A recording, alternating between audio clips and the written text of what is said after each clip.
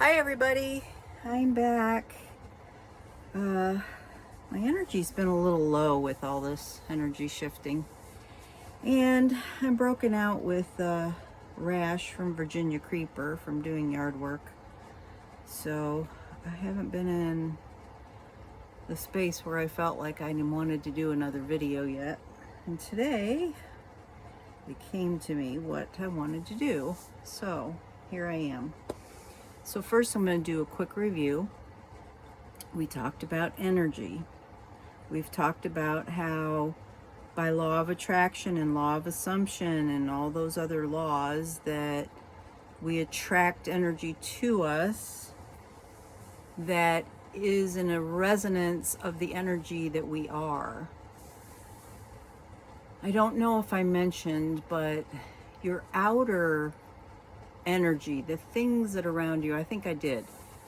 If everything is falling apart in your life outside of you, it generally reflects that the energy within you is all falling apart, that you aren't in a balanced energetic place. So we talked about the energy systems, we talked about auras and meridians, and I did the little chakra series for the 7 main chakras, and talked about some things that you can do briefly, talked about it, things that you can do to help shift all of those things. And what was coming to me today was to talk about synchronicity. So I know somewhere at some point I have mentioned that even if you don't communicate with your guides and angels, that you don't hear them, feel them, see them, whatever, any of the clairs, if your clairs aren't opened, that you can still communicate with them. And that is that when you're struggling with something, you can tell them what your needs are and ask for their assistance. And I always like doing that, showing gratitude. So like thanking them for all their assistance and thank you for assisting me, an example, with looking at whatever fear is coming up for me and how to understand where the fear is coming from and how to release it or transmute it to be able to move through it to the other side. So thank you, divine guides, angels, for assisting me in doing that. That's how you communicate initially with your guides and angels, is just put it forth. They're there, they're waiting to help, but they can't intervene without permission. So you're giving permission because of free will. They can't intervene. So you're giving permission for them to assist you. And be specific on what you want, the understanding, how to release it, how to work with the energy, whatever your subject is, be specific on what it is you're needing help with. And I guarantee you they show up. I've experienced it too many times. Another way that your guides, angels, and you can see that God, the universe, source, is working with you is through synchronicities. Synchronicities are things, occurrences that happen that some people might say it's coincidental. Some people might say things that happen by accident. No, they're synchronicities. They're signs that you're moving in the right direction. They're signs that are showing up to answer questions, to answer things that you've asked about,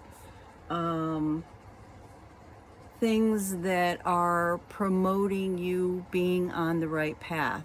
And I'm going to give you a really great example. I won't go into all the details, but I watched this movie the other night. It was based on a true story. It was a fabulous movie. It was very touching. This little girl, they found, was very ill. She kept going to doctors. The parents kept taking her to doctors, and they would say nothing was wrong. It turned out she was very ill, and it eventually was going to lead to her not living a very long life. And her mother really pushed and kept pursuing her getting help, took her to a specialist, and basically she wasn't supposed to be able to get in for like 9 months. Like, there was a waiting list to see this specialist, and she persisted, and she told the receptionist about it, about how she needed to get her daughter in. She finally did get her daughter in. They got medical care that she needed. She started on a regimen. At one point she was hospitalized, and she had to go to a different city.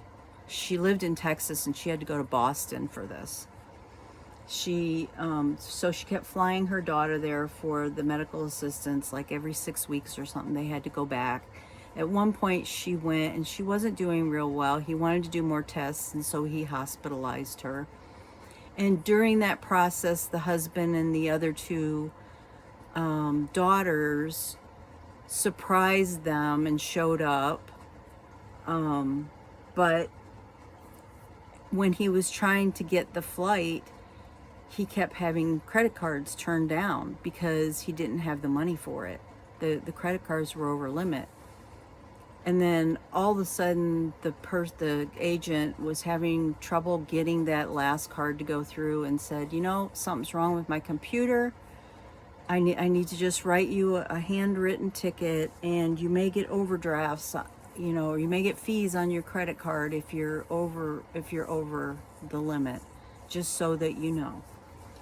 So they surprised them. The girl got better at some point, and they're all headed home. They get home. The little girl, with her older sister, climbed this really old dead tree. I mean, you could look at it and tell that it was dead. And they climbed it very, very high, like 3 stories high. It was a huge, old tree.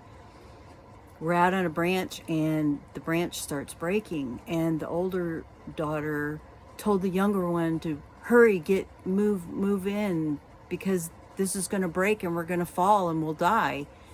And the little girl goes towards the inner part of the tree, and this whole tree was hollowed out, and the girl falls in. She falls 3 stories down. They couldn't hear anything. They call for help. The fire department comes. They had to lower someone in there to get her out. They bring her out. She looks lifeless. They take her to the hospital. She gets better. First of all, the mother started praying at the bottom of the tree, and more joined her. And because they really didn't give any hope, that they thought that she was dead. So she comes out of the hospital after being okay. And first of all, they recognized that it was a miracle that she wasn't dead. It was a miracle that she wasn't paralyzed, even if she was alive. And then, after a few days of being out of the hospital, they realized that her original illness, the problems of it, it was a digestive problem. It had seemed to be healing up. And then the little girl revealed that she had had a near-death experience, and she told God, source, that she didn't want to go back if she was going to have to be that sick. And God told her, no, you won't. You will be healed. You can go back, but you have to go back. You're not done with life. And so another miracle happened. And they were all at church, and the mother was speaking, and she was talking about all the little miracles that happened along the way. And they're reflecting back in the movie on the things. Like, for instance, she told the receptionist that she had to get her daughter in because she wasn't going to live for 9 months if she didn't. And it showed that the receptionist found a way to get her seen. At the airport, buying the ticket, it showed the agent turning off the computer so that he could write them a handwritten ticket. And I can't remember all of them, but those are synchronicities. Those are things that happen along your path that allow you to have what looks like little miracles happen, that you can proceed on your path in the direction that you're going. And it's just signs. And, you know, there's dozens of movies or programs out there that you can watch, and you see these kind of little events happening, that it's allowed for a miraculous outcome for somebody. This is what synchronicity is about. Synchronicity is about either letting the little things occur so that you're able to stay on your path, or it's... Sorry, I just had another thought. I can think of two instances in real life. I have a friend who should have been probably killed in a car accident. And she does not, to this day, she does not know how that there was a near miss. And she wasn't in an accident and wasn't killed. But we know it was synchronicity. Just recently, my daughter was in a place that she wouldn't normally be in. She got guidance to take another route or something. She pulled into the center lane and a car started to pull right in front of her, like they didn't even see her or something like that. And she saw them and avoided the accident. Another car came along and almost the exact same thing happened. And I think she told me they also were able to avoid the accident. But this original person was like, they didn't see either one of them. And they were trying to continue on the path of driving, which was coming out of one place and going to another or something, where they would have to wait and let the other traffic clear. So both of those examples just popped into my head. So synchronicities can be either little miraculous things that happen that allow you to continue on your path because you're supposed to be headed in that direction, or it can be signs to you that validate you on your way. So, gosh, I'm trying to think of something maybe that's happened in my life where I had a lot of I know there I've had tons of synchronicities. I'm just not getting... Can you give me an example? Guides? Oh. Okay. One thing that's coming to mind, it's not specific, but it's like not having the money to pay for something and trying to figure out how am I going to pay that bill. It's going to be like drafted out of my account or something like that, and miraculously some money comes in that I wasn't expecting. Not like I did a session with somebody and got money. It was like money came in at the exact moment that I needed it, and I wasn't expecting it to come. And that is a kind of synchronicity. Things that happen that you don't expect, but you can clearly see that it happened for a reason. Synchronicities can be as simple as seeing a butterfly, finding a feather, seeing or finding something that's meaningful to you, that triggers something within you to know that it's a sign.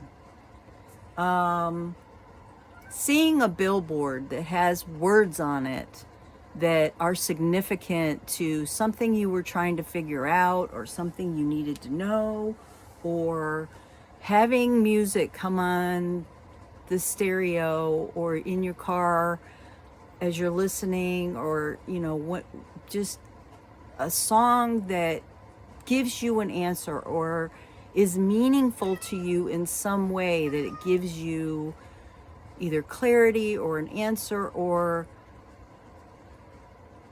confidence that you know that what you think is right. So those are synchronicities. And synchronicities, the more you look for them, the more you see them. The more you every day acknowledge all the little things that occurred in your day, how you show gratitude.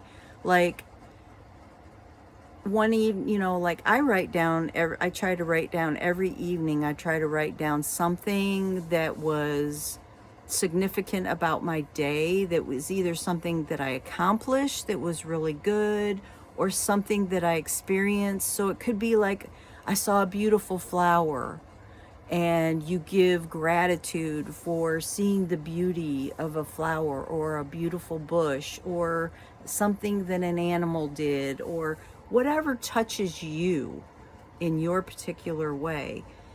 It's about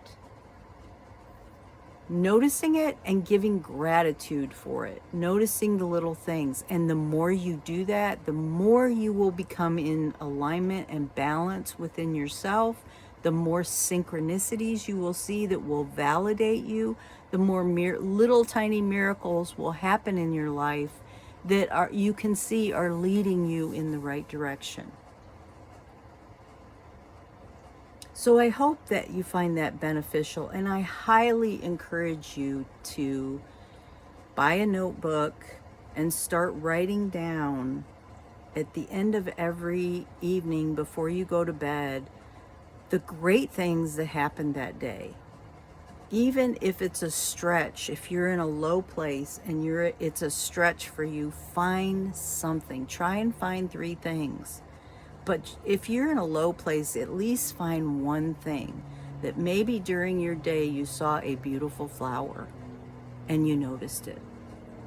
And give gratitude for it. And that will build. The energy of it will build on itself. The more you do this, the more it happens. The more things you notice, the more gratitude you have, the more synchronicities happen.